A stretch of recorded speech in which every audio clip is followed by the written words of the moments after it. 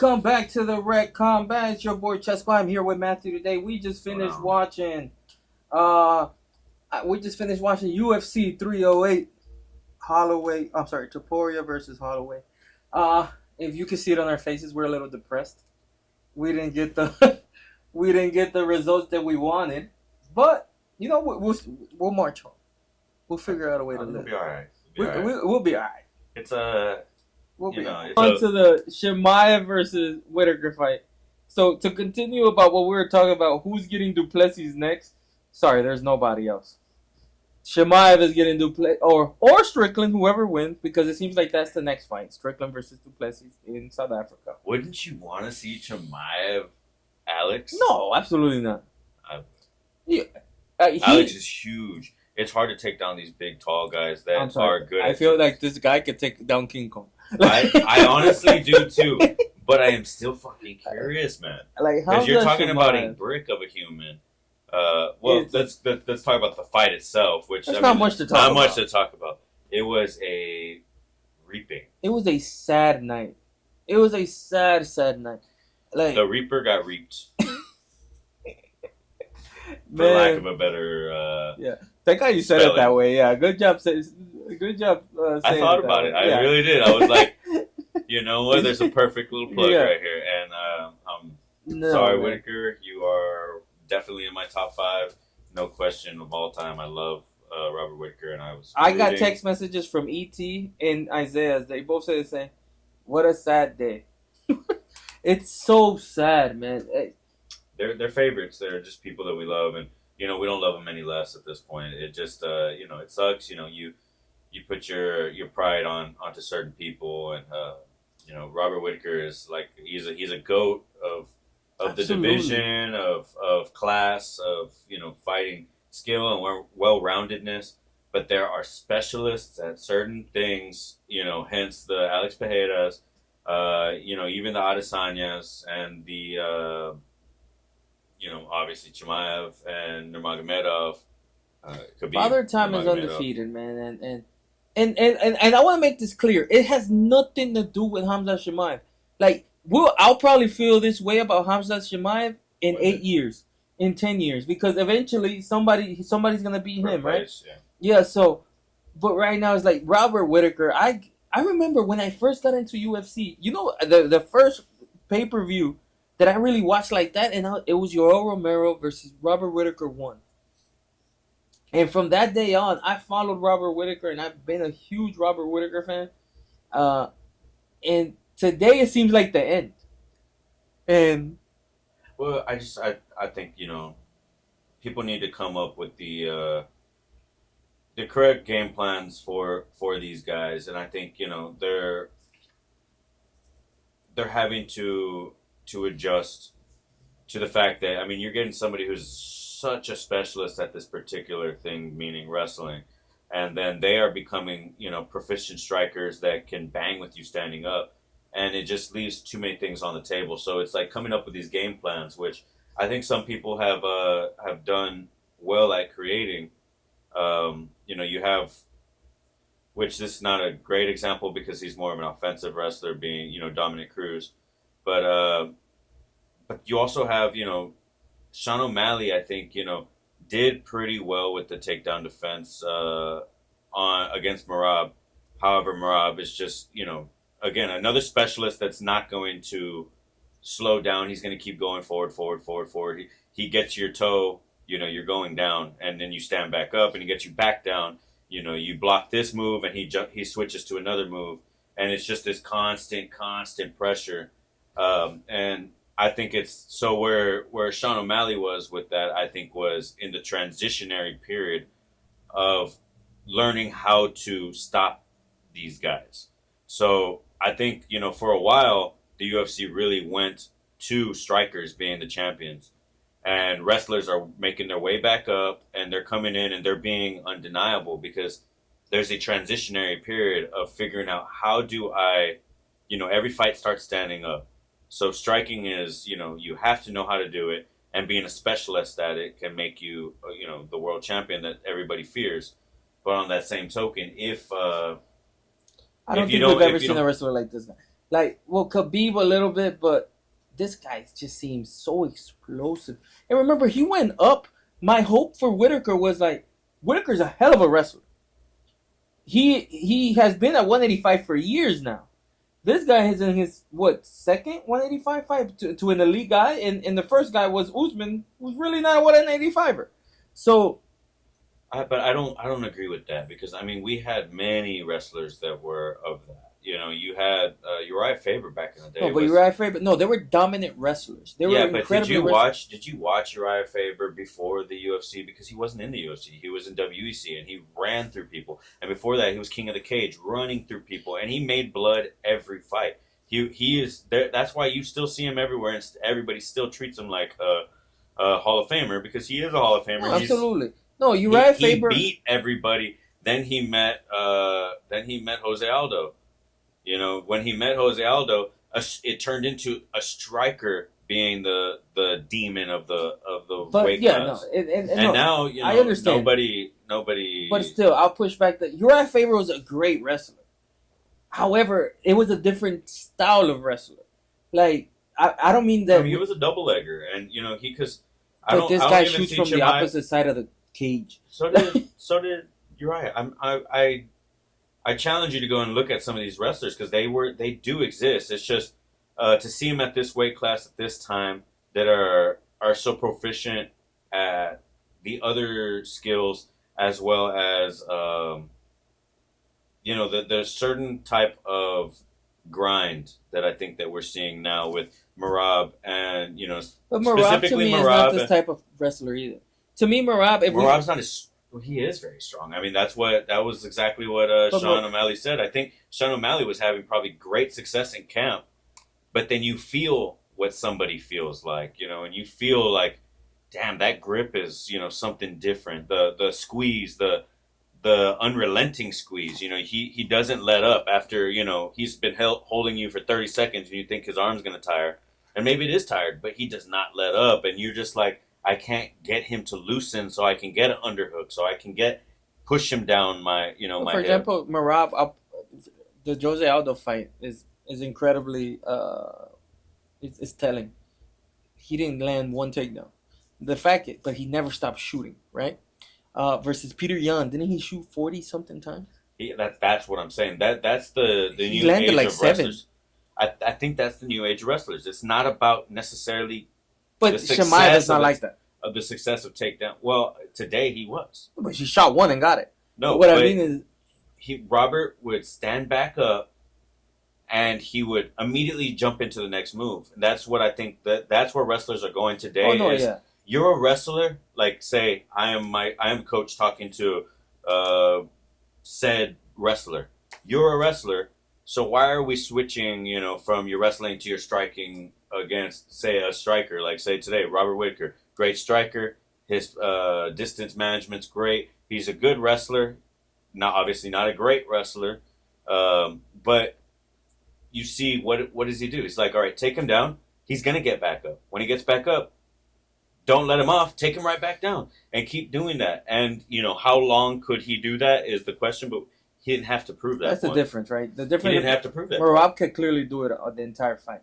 Now, the thing is, this guy is trying to end you immediately. Merab has never ended anybody. But that's what I mean about the different style. This guy smothers you to death. What Merab is trying to do is drown you, right? Take you to the deep end and drown you where you have no more strength to keep fighting because he's not going to stop. And eventually, he did that to Cejudo, and he did that to Yan, and he just drowned him. Chimaev fought at 170, didn't he? Yes, he did. And the thing is, everybody says it. Can whoever's fighting, the proverbial he, whether it's Duplessis next or Strickland next, can they survive the storm? Because the storm is coming. He's gonna shoot from the other side of the cage. He's gonna shoot at you, and can you find a way to survive it for 2 rounds like Usman did? And Usman, and then everybody said, because Usman clearly won that 3rd round versus him. And we're like, if that was a 5-round fight on 7 days' notice, Usman would have won that fight. But it wasn't a 5-round fight. It was a 3-round fight. So a lot of people said, that saved Chimaev. I don't know if it's true or not. However, that was what the consensus was. So it's like, okay, now you're getting with a true 185er, a walking Hall of Famer, somebody who we've seen against Raul Romero, who is the one of the closest comparisons to you. Yeah. He did it twice versus Romero. Can you beat this guy? And he made it look easy. He made it look easy. Well, I think also there was a in-fight injury, obviously caused by the broke squeeze. His jaw, probably.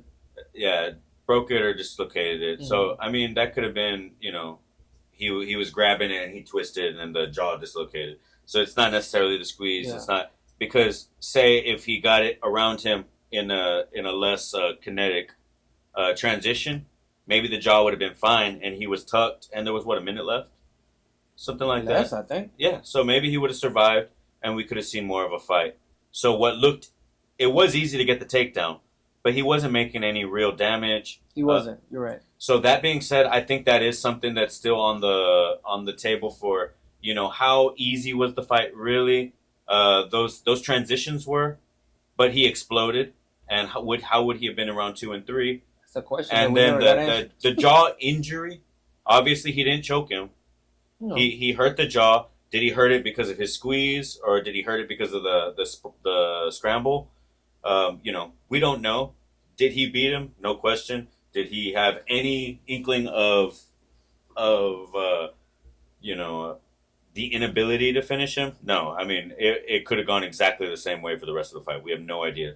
But I think we do have to leave a little room there for the fact that round. it was a jaw injury that was caused by action. Yeah, by action. But most people that I've never seen a jaw injury. Have you? Well, yeah. You remember Alexa Grasso versus Valentina Shevchenko? The first one, where she goes for that spinning back kick and Grasso jumps on the back. She never got it under the chin ever. But as soon as when Shevchenko taps, you see her jaw. It's like, and a lot of it was blood, so it looks bad, and she's pale skin. Yeah. So, but it looks terrible. It looks like what the hell, and because she was squeezing, right? So I don't think she broke her jaw that time, but she could have definitely. And obviously Chimaev squeezes way harder than. Yeah, and I've definitely personally had face cranks. Not necessarily they were looking for the face crank, but they cranked the face, and it's not something that I'm not tapping to. I'm gonna tap to that shit. I ain't letting, especially in training, man. I ain't letting you break my jaw in training, but Chimaev. But just keeping that open. If they fought again tomorrow, we might see a different fight. I don't think so. As much as I want it to be, and I said it. We did the preview, and I was like, I'm really hoping I'm wrong. But you know what it is with Chimaev. Look at Chimaev's fight with Durinho. Durinho is not better than Whittaker, but he made it past the storm. No, but what we gotta do, what we also gotta think is, Whittaker. This is his, I don't know, umpteenth fight. He's still young though. There's youngish. With 36 something like that. Well, yeah, of course. When it comes to being a human, he's young. Now, when it comes to fighting, he is a little older because he's fought a lot. He's got a lot of wheels on him, right? He's fought hard fights. Look at his last fight. I mean, he made it look fucking beautiful. Yeah, because that guy's just not on his level. Because he was not really in that much danger most of the time. Yeah. He did have his back taken, but this is somebody I think that can survive with his back taken. I think he has all the skills. He's fighting certain things. He would have taken some damage there. He would have taken some punches. But I think he could have survived that. I think he definitely could have survived that. I think that he was probably, if we watch back that particular transition there, he was probably moving. They're turning, they're spinning to, he's trying to defend the back and he's trying to get the back. Exactly. And then he gets the arm around, and I think it probably yanked his... No, but I think jaw in a way. When you bring up the Burns fight, also what we got to keep in mind, there's a point in time where elite fighters they just stop getting better, right? You get as good as you're gonna be. Yeah. Obviously, Chimaev had not reached that point at the Burns fight. Chimaev was still a young up and comer prospect, getting better, trying to get to championship level, and you can see he's getting better. Yeah. And Whittaker. he's a walking Hall of Famer. Like he was already champion. He already fought the best. He's probably not getting any better now because he already reached his peak. That's by no means an insult to him. What I mean is that it's just evolution, right? Eventually you got to start coming down from that mountain, and there's a guy going up, and I think that's what we saw today. I think the only issue with that though is Chad Mendes McGregor, Chad Mendes, Jose Aldo, two people that beat Chad Mendes. That Chad Mendes was controlling, like almost the whole fight. He was beating them majority of the fight, and then gets caught. And I think that's the thing. More than getting caught, Chad Mendes had cardio issues. Huh? More than that, Chad Mendes had cardio issues. He got dead tired in the McGregor fight. Well, Jose Aldo was getting back up and spin around, hit him with the knee, and knocked him out. It's shit that happens like that, transitions that it's fight sequences and things that happen. Yeah, it was, dude. That was a explosive fight. He jumped over the cage, goes in the crowd.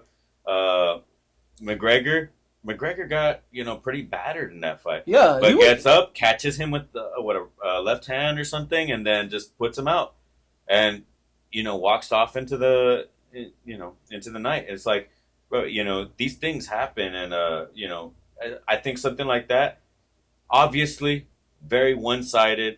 Chimaev ran through him, but I think the ending sequence. I think sometimes your body just betrays you. And I think his body betrayed him there. And, another 30 seconds, maybe he would have gotten the choke. And then we could say, all right, he would have killed him. That's different. You know what I mean? I think a choke is one of those things where it's like, if you don't defend the choke and you tap, it's because he would have killed you if you did not tap. It was like a panic tap, too. It was before he even really got the squeeze on. His jaw was dislocated. So that's what I'm saying. I think it definitely not call for a rematch because it was very, very one-sided. But to see them fight again after Whitaker works his way back up again, that was my next question. What's next for Whitaker? Anybody, dude. He just won off a knockout. He had an injury. So say if he threw a kick like McGregor and broke his shin, we would say, you know what? When his shin's worked out again, put him back at the top. He's still at the top. I don't see him coming down because he went through the same thing that everybody goes through with Chimaev, which is getting out wrestled. Look, the fight that makes sense is, let's say Duplessis wins, right? He beats Strickland. Him and Strickland makes sense. However, you also got to look at the mindset of these guys. Look, Whittaker can do whatever he wants. He deserves to do whatever he wants. If he wants to keep fighting, I will never tell him to stop. Burns, where's Burns? The division lower. He went to 70? He's always been at 70. He's been at 155 and went up to 70. Oh, so he fought Chimaev at 170. Yes. Okay. What you call it? So, look, Whittaker can do whatever he wants. So if Whittaker decides to keep fighting, I'm gonna watch because I love Robert Whittaker. And him and Sean Strickland is a hell of a fight. That's a fantastic fight. Yeah, that's a hell of a fight. And it keeps you at the top, and then you can get your chance back at Chimaev right after that. I don't think that's happening, to be honest. He can. But why not? I mean, they're going to be right here. Chimaev, either right here, champ, Chimaev, and then you have Strickland. We got to look at it as the business-wise, too. Like, business-wise, I don't think Dana White... again, no disrespect to Robert Whittaker. I would never do that. But saying Whittaker already lost to the champion, he's probably going to lose to the champion. But if he were to beat Strickland, which I think is very fucking possible. Yeah, he can. Very possible. He's got more tools than Strickland. Doesn't mean he beats Strickland. It's an even fight. No, it's a good fight. Strickland's fantastic. Yeah, it's a good fight. Strickland's just, he's like a one-trick pony with every defense. He has every defense. He can defend against everything. My point is that he lost to Chimaev now, which, like, say Chimaev becomes a champion. Oh, I agree. He's not gonna get it. He lost one fight and then next again, but he lost to Duplessis and he lost to Adesanya. Which is completely not out of the question. Duplessis beats Chimaev. Okay. So Strickland loses Duplessis, which is definitely up in there. It's 50-50. Yeah. I had Strickland very possible on that fight. I had Strickland. Second time I watched it, I had Duplessis. So very, very close fight. Yeah. But let's say this one, Strickland loses. Mm-hmm. Chimaev goes up, fights Duplessis, loses. Then Strickland fights Whittaker and loses, and Whittaker wins. Do they not fight him again? Why the fuck not? I don't think they do, but I guess so. Well, you probably say it takes Strickland to fight Duplessis again. No, and then Chimaev has to fight Whittaker at again that for the point, belt honestly, again. we're talking. Probably bringing in new fighters. By that point, yes, exactly. By that point, maybe Bo Nickel's up there. But a couple wins from any of these guys puts them in their face again. But I'm talking, it's a couple wins. We're talking about a year, and they're not gonna get any younger. It's not gonna be in 2025. They're not getting any younger either. Is what I'm saying. Is like they have a lot of miles on them. Maybe the end of 2025, we could possibly see a rematch. Not that I'm calling for a rematch, but I don't think it's something that shouldn't happen. I think it's something that could happen.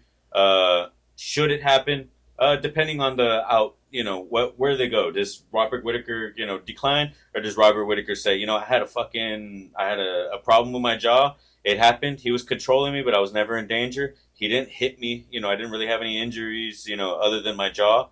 I think there's a call for this fight if I'm winning. If I'm losing, obviously nobody should be fighting Chimaev off a loss. I want you to be right, but unfortunately, I believe, it's my opinion, that we just saw the end of Robert Whittaker as a contender. He can do whatever he wants with his career because he is a walking Hall of Famer. I don't necessarily disagree because, he's had a lot of opportunities in the recent time. I just don't count it out because he is such a gamer. He is so skilled. But I would say I would bet against it. I would bet against it being a progression. Like if I was betting Whittaker will fight for the belt again. No, I wouldn't bet that he. And I say this too. Again. I think we saw the end of Adesanya as a contender. I think those two. That's why I meant. I think the UFC's in a little bit of trouble when it comes to building stars, because I feel like we lost two today, and as contenders, not as their careers over. They can do whatever they want, but as contenders, I think we saw the end of two stars as contenders. Sad day for us here at the Red Combat. Still love Robert Whittaker. Still love Max Holloway. There's all the respect in the world for Khamzat Chimaev. All the respect in the world for Ilia Topuria. We saw the preview. I'm sorry, the montage for John Jones versus Stipe. We will be here previewing that. We will be here watching it. We will give you a post fight. Thank you to Matthew. He'll be here for that probably, right? I believe so. Yes, and thank you for watching. Please like, comment, subscribe. See you next time. Peace.